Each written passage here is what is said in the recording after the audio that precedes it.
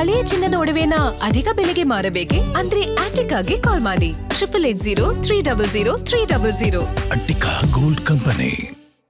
ಜನ್ಮದ ಜೋಡಿ ಸಿನಿಮಾವನ್ನೇ ಮೀರಿಸುವ ಪ್ರೇಮ ಪುರಾಣ ಇಲ್ಲಿದೆ. ಕಣ್ಣಲ್ಲೇ ಪ್ರೇಮ ನಿವೇದನ ಅರ್ಪಿಸಿಕೊಂಡಿದ್ದಾರೆ ಪ್ರೇಮಿಗಳು. ಚಿಕ್ಕಬಳ್ಳಾಪುರದ ಜಾತ್ರೆಯಲ್ಲಿ ಹುಟ್ಟಿದ ಪ್ರೀತಿ ಠಾಣೆಯಲ್ಲಿ ಸಫಲವಾಗಿದೆ. 5 ವರ್ಷಗಳ ಹಿಂದೆ ಜಾತ್ರೆಯಲ್ಲಿ ಪರಿಚಯವಾಗಿದ್ದಂತಹ ಜೋಡಿ ಇದು.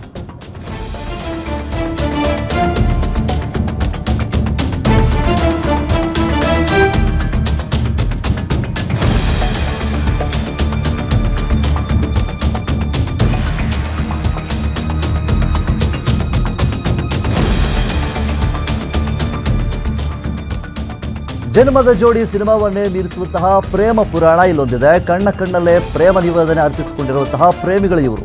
ಚಿಕ್ಕಬಳ್ಳಾಪುರದ ಜಾತ್ರೆಯಲ್ಲಿ ಹುಟ್ಟಿಕೊಂಡಂತಹ ಪ್ರೀತಿ ಈಗ ಠಾಣೆಯಲ್ಲಿ ಸಫಲವಾಗಿದೆ. 5 ವರ್ಷಗಳ ಹಿಂದೆ ಜಾತ್ರೆಯಲ್ಲಿ ಒಬ್ಬರಿಗೊಬ್ಬರು ಪರಿಚಯವಾಗಿತ್ತು. ಈ ಒಂದು ಜೋಡಿ ಈಗ ಪೊಲೀಸ್ ಠಾಣೆಯಲ್ಲಿ ಒಂದಾದ ಚಿಕ್ಕಬಳ್ಳಾಪುರದ ಲವ್ ಬರ್ಡ್ಸ್ಗಳು ಇವರು. ಪೋಷಕರ ಕಣ್ತಪ್ಪಿಸಿ ಪ್ರೇಮ ಲೋಕದಲ್ಲಿ ತೇಲಾಡ್ತಾ ಇದ್ದಂತಹ ಪ್ರೇಮಿಗಳು ಅಪ್ಪ ಅಮ್ಮಂದಿರ ಕಣ್ತಪ್ಪಿಸಿ ಓಡಾಟವನ್ನು ನಡೆಸ್ತಾ ಇದ್ದರು. ಪ್ರೇಮದಲ್ಲಿ ಮುಳುಗಿದ್ರು. ಹೀಗಿರಬೇಕಾದ್ರೆ ಪೋಷಕರ ವಿರೋಧ ಇದ್ದರೂ ಕೂಡ ಇಬ್ಬರು ಈಗ ಮದುವೆಯಾಗಿದ್ದಾರೆ. ಅರುಣ್ ಮತ್ತು ಚೈತ್ರ ಎನ್ನುವಂತಹ ಯುವಕ ಯುವತಿಯರು ಇಬ್ಬರು ಸೇರಿಕೊಂಡು ಈಗ ಮದುವೆಯಾಗಿದ್ದಾರೆ. ಮಗಳ ಕುತ್ತಿಗೆಯಲ್ಲಿದ್ದಂತಹ ತಾಳಿಯನ್ನು ಪೋಷಕರು ಕೀರ್ತಿಸಿದ್ದಾರೆ. ಪ್ರಿಯತಮೆಯನ್ನು ಮರಳಿ ಪಡೆಯೋದಕ್ಕೋಸ್ಕರ ಪ್ರಿಯಕರ ಪೊಲೀಸ್ ಮೆಟ್ಟಿಲೇರಿ ವಾದವನ್ನು ಮಾಡಿದ್ದಾರೆ. ಪೊಲೀಸ್ ಠಾಣೆಯಲ್ಲಿ ಪ್ರಿಯಕರನ್ನು ಕೈ ಹಿಡಿದುಕೊಂಡು ಯುವತಿ ನಿಂತುಕೊಂಡಿದ್ದಾಳೆ. ಜೊತೆಗೆ ಪೊಲೀಸರು ಎಲ್ಲ ಕಾಕಿ ಸಮ್ಮುಖದಲ್ಲೇ ಮತ್ತೊಮ್ಮೆ ಅವರಿಬ್ಬರ ಮದುವೆಯನ್ನು ಮಾಡಿಸಿದ್ದಾರೆ. ಇದು ಚಿಕ್ಕಬಳ್ಳಾಪುರದಲ್ಲಿ ನಡೆದಿರುವಂತಹ ಘಟನೆ. ಇದು ಜಾತ್ರೆಯಲ್ಲಿ ಒಬ್ರಿಗೊಬ್ಬರು ಪರಿಚಯ ಆಗಿರ್ತಾರೆ. ಪರಿಚಯ ಆದಮೇಲೆ ಆ ಒಂದು ಪರಿಚಯ ಪ್ರೀತಿಯಾಗಿ ಕನ್ವರ್ಟ್ ಆಗಿ 5 ವರ್ಷಗಳ ಕಾಲ ಪ್ರೇಮದಲ್ಲಿ ಮುಳುಗಿರ್ತಾರೆ. ಇದೆಲ್ಲ ಇದ್ರೂ ಕೂಡ ಅಪ್ಪ ಅಮ್ಮನ ಮತ್ತು ಪೋಷಕರ ವಿರೋಧ ತುಂಬಾ ಇರುತ್ತೆ. ಆ ವಿರೋಧದ ನಡುವೆಯೂ ಕೂಡ ಅದ್ಯಾವುದನ್ನು ಕೂಡ ಲೆಕ್ಕಿಸದೆ ಇಬ್ಬರು ಪ್ರೀತಿಸಿ ಮದುವೆ ಆಗಿರ್ತಾರೆ. ಮದುವೆ ಆದಮೇಲೆ ಯುವತಿಯ ಪೋಷಕರು ಆಕೆಯ ಕೊರಳಲ್ಲಿದ್ದಂತಹ ತಾಳಿಯನ್ನು ಕಿತ್ತು ಒಸ್ತಿರ್ತಾರೆ. ಅದಾದ ನಂತರ ಯುವಕ ಅಂದರೆ ಪ್ರಿಯತಮ ಏನಿದ್ದಾನೆ ಪೊಲೀಸ್ ಠಾಣೆಗೆ ಹೋಗಿ ಹಿಂಗೆಲ್ಲ ಆಗಿದೆ ಸರ್ ಅಂತೇಳಿ ವಾದವನ್ನು ಮಾಡ್ತಾನೆ. ತದನಂತರ ಪೊಲೀಸರು ಅವರಿಬ್ಬರನ್ನ ಕರೆಸ್ಬಿಟ್ಟು ಮತ್ತೊಮ್ಮೆ ವಿವಾಹವನ್ನು ಮಾಡಿದ್ದಾರೆ. ಅದಕ್ಕೆ ಕಲೀಲಿಲ್ಲ ಅಂತ ನನ್ನ ಮಗನ್ ಬಿಡಲ್ಲ. ಯಜಮಾನ್ ಕವಾಗ್ಲ ಯಾವಾಗಿಲ್ಲ.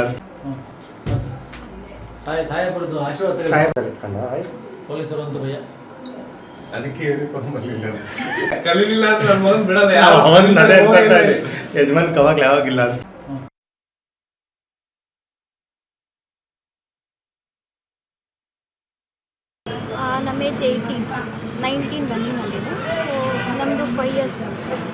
ಯಾವ ಥರ ಏನು ಅಂತ ಹೇಳ್ಕೊಂಡು 5 ಇಯರ್ಸ್ ಲವ್ ಅಂದರೆ ಇಬ್ಬರು ನೋಡಿ ಇಷ್ಟಪಟ್ಟಿದ್ವಿ. ಸೊ ಮನೇಲಿ ಕೇಳಿದ್ವಿ, ಬೇಡ ಆಯಿತು.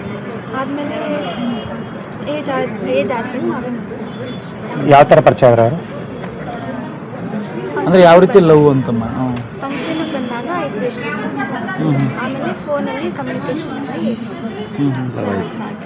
ಏ ಹುಡುಗ ಹೆಸರೇನು? ಅರುಣ್. ಯಾವ ಊರು? ಇದೆ ಚಿಕ್ಕಬಳ್ಳಾಪುರ. ಈಗ ಅಂದರೆ ನಿಮ್ಮ ಫ್ಯಾಮಿಲಿ ಕಡೆಯಿಂದ ಯಾವ ರೀತಿ ವಿರೋಧ ಇತ್ತು ನಿಮಗೆ? ಬೇಡ ಮದುವೆ ಬೇಡ. ಅದಕ್ಕೆ ಇವತ್ತು ಬಂದಿದ್ರು, ಕೇಸ್ ಆಯಿತು. ನಾವು ಇಷ್ಟಪಟ್ಟು ನಾವು ಮದುವೆ ಮಾಡ್ಕೊಂಡಿದ್ದೀವಿ. ಎಲ್ಲಿ ಮದುವೆ ಆದರೆ? ಇಲ್ಲಿ ಸ್ಟೇಷನ್. ಸಬ್ ಇನ್ಸ್ಪೆಕ್ಟರ್ ಪೊಲೀಸ್ ಮದುವೆ ಮಾಡಿಕೊಟ್ರು ನಿಮಗೆ. ಸೊ ಖುಷಿ ಆಗ್ತಿದೆಯಾ?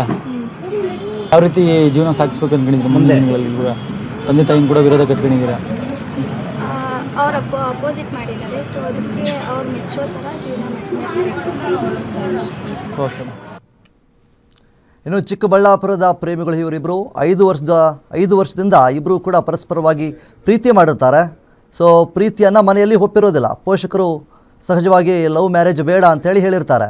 ಆದರೂ ಕೂಡ ಅವರ ವಿರೋಧದ ನಡುವೆಯೂ ಕೂಡ ಇಬ್ಬರು ಮದುವೆಯನ್ನು ಆಗಿರ್ತಾರೆ. ಮದುವೆ ಆದಮೇಲೆ ಪೋಷಕರು ಸ್ವಲ್ಪ ತಕರಾರು ತೆಗೆದು ಕಿರಿಕಿರಿ ಮಾಡಿ ಯುವತಿಯ ಕೊರಳಲ್ಲಿದ್ದಂತಹ ತಾಳಿಯನ್ನು ಕಿತ್ತು ಒಸೆದಿರ್ತಾರೆ.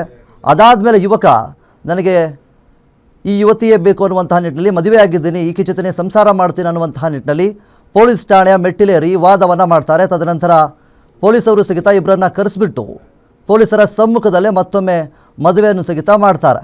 ಸೊ ಇದು ನಡೆದಿರುವಂಥದ್ದು ಚಿಕ್ಕಬಳ್ಳಾಪುರದ ಜಾತ್ರೆಯಲ್ಲಿ. ಇವರು ಸ್ಟಾರ್ಟಿಂಗ್ ಲವ್ ಶುರುವಾಗಿದ್ದು ಚಿಕ್ಕಬಳ್ಳಾಪುರದ ಜಾತ್ರೆಯಲ್ಲಿ ಒಬ್ಬರೊಬ್ಬರು ಮುಖ ನೋಡ್ಕೊಂಡಿರ್ತಾರೆ. ಆಗ ಪರಿಚಯ ಆದಂತಹ ಪ್ರೀತಿ ಜಾತ್ರೆಯಲ್ಲಿ ಪರಿಚಯವಾಗಿದ್ದು ಈಗ ಠಾಣೆಯಲ್ಲಿ ಸಫಲವಾಗಿದೆ. ಒಂಥರ ಸಿನಿಮಾ ಸ್ಟೈಲಲ್ಲಿ ಮದುವೆ ಆಗಿದ್ದಾರೆ. ಸಿನಿಮಾದಲ್ಲಿ ನಾರ್ಮಲ್ ಆಗಿ ಈ ರೀತಿಯಾದಂತಹ ಸೀನ್ಗಳನ್ನು ಹಾಕ್ತಾ ಇರ್ತಾರೆ, ಅದೇ ರೀತಿ ನಿಜ ಜೀವನದಲ್ಲಿ ನಡೆದಿದೆ. ಇಬ್ಬರು ಕೂಡ ಪರಸ್ಪರವಾಗಿ 5 ವರ್ಷ ಪ್ರೀತಿಸಿಕೊಂಡಿದ್ದರು. ಈಗ ಪೊಲೀಸ್ ಠಾಣೆಯಲ್ಲಿ ಮತ್ತೊಮ್ಮೆ ಅವರ ವಿವಾಹ ಆಗಿದೆ.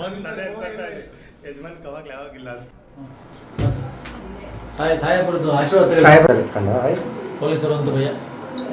ಅದಕ್ಕೆ ಯೂನಿಫಾರ್ಮ್ ಬರಲಿಲ್ಲ. ಕಲೀಲಿಲ್ಲ ಅಂದ್ರೆ ನನ್ನ ಮಗನ್ ಬಿಡಲ್ಲ. ಯಾವಾಗ ಯಜಮಾನ್ ಕವಾಗ್ಲ ಯಾವಾಗಿಲ್ಲ